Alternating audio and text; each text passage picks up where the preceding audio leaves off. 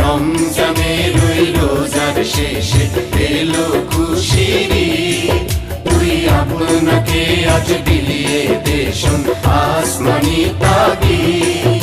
ওমন রমজানের ওই রোজার শেষে এলো খুশির ঈদ।